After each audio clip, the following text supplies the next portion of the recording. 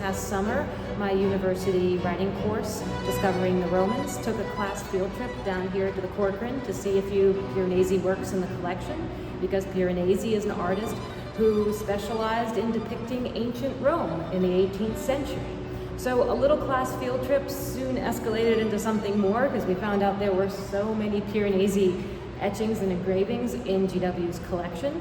So working with Olivia Kohler-Maga from the Brady Gallery, we decided to collaborate and make this exhibition, which opened this September. I am delighted to show you all the works that are in the show, but more importantly, to highlight the fact that this is a writing course that turned into an exhibition. And right now, you can walk through the exhibition and read all the museum labels and see how it was curated with the director of the Brady Gallery and my students, and you have a phenomenal exhibition put together by GW. One of my former UW students, Grace Suter, I contacted her over the summer and said, would you like to help out with this exhibition? She said, of course she would do it. And when the summer came about, what she did was I handed to her all of the exhibition catalog entries, the drafts that we had, and said, Grace, I need you to take the reins here and write all the labels that you can and work with Olivia. We have to get this done. Okay, my name's Grace, and behind us is the integral view of the atrium of the Portico of Octavia. It's quite the mouthful. But you can just call it Portico of Octavia. But it's been really nice just to see everything come together, and it's very rewarding to see it done in such a short time, and to know that we could do it, you know. I've never been able to be a part of anything like this before, so I'm very thankful that I was able to participate and also be so involved. So seeing all of these like looking so professional and not just in like a Google Doc was really, really cool. But I was one of the first people here, so just being able to like be kind of isolated, walking around the space was really incredible. Just because one of the things I really appreciate about like a gallery setting is that like you're able to have your own experience with everything around you. And what's nice about this is that we kind of set it up in like a directional way. Like you can start over there where the text is and then go this way, but you don't have to do that, and you can kind of take your own route, which I really like about it. Then there's another room that has a couple pieces, so it's a very like personal experience, and that's what I really enjoyed when I first saw it. So I guess the hardest part is like just keeping everyone motivated and on track and figuring out who are the leaders and who are the workhorses and how everybody will get their equal share and get credit for the work that they deserve. I want all the students that have been part of this project to have their name on the project. It's really cool hearing students come together and talk about what they believe is important in an art exhibition, completely guiding the whole trajectory of how this exhibition came to be. Professor Pollock really gave us all the support, but really let the students take the lead with this exhibition, I believe. So we have some informative videos throughout the exhibition. You'll see one in the pop-up show, but this one here is ongoing and running.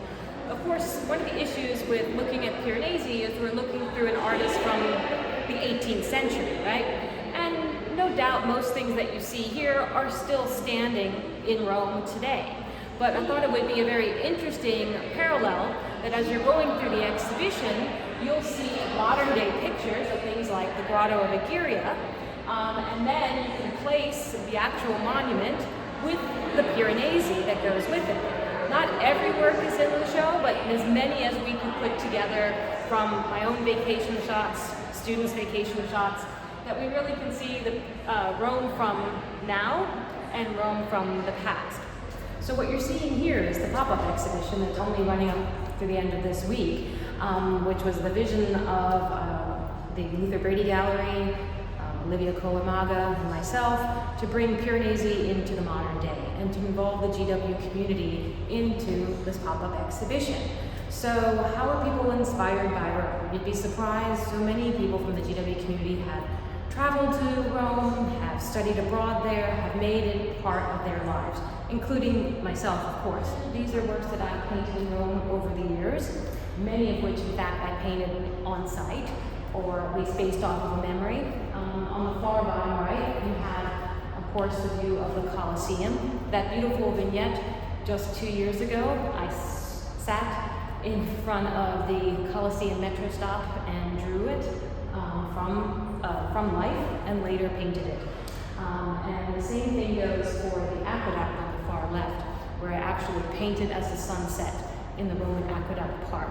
In a matter of hours, watching this beautiful sight just sort of fade away into the darkness. When I studied abroad in Rome, when I was a student, I was really inspired by the way that Rome is a place where there's so much love of history and antiquity, and how it's still honored in those traditions in the world of Rome today.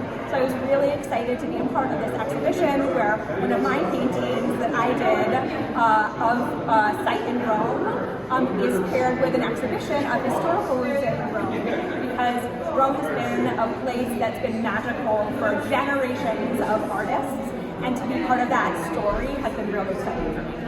I'm hoping that those that do not know this artist now, of course, will bring him into their lives. My hope too is that they won't see these as antiquated, ancient works of art from the 18th century depicting things from thousands of years before, but in fact we'll see that the story of ancient Rome is the story of all of us. You know, great civilizations come and pass, parts of it still remain, and Rome is still a tourist site to this day, much because Piranesi in his engravings made it so.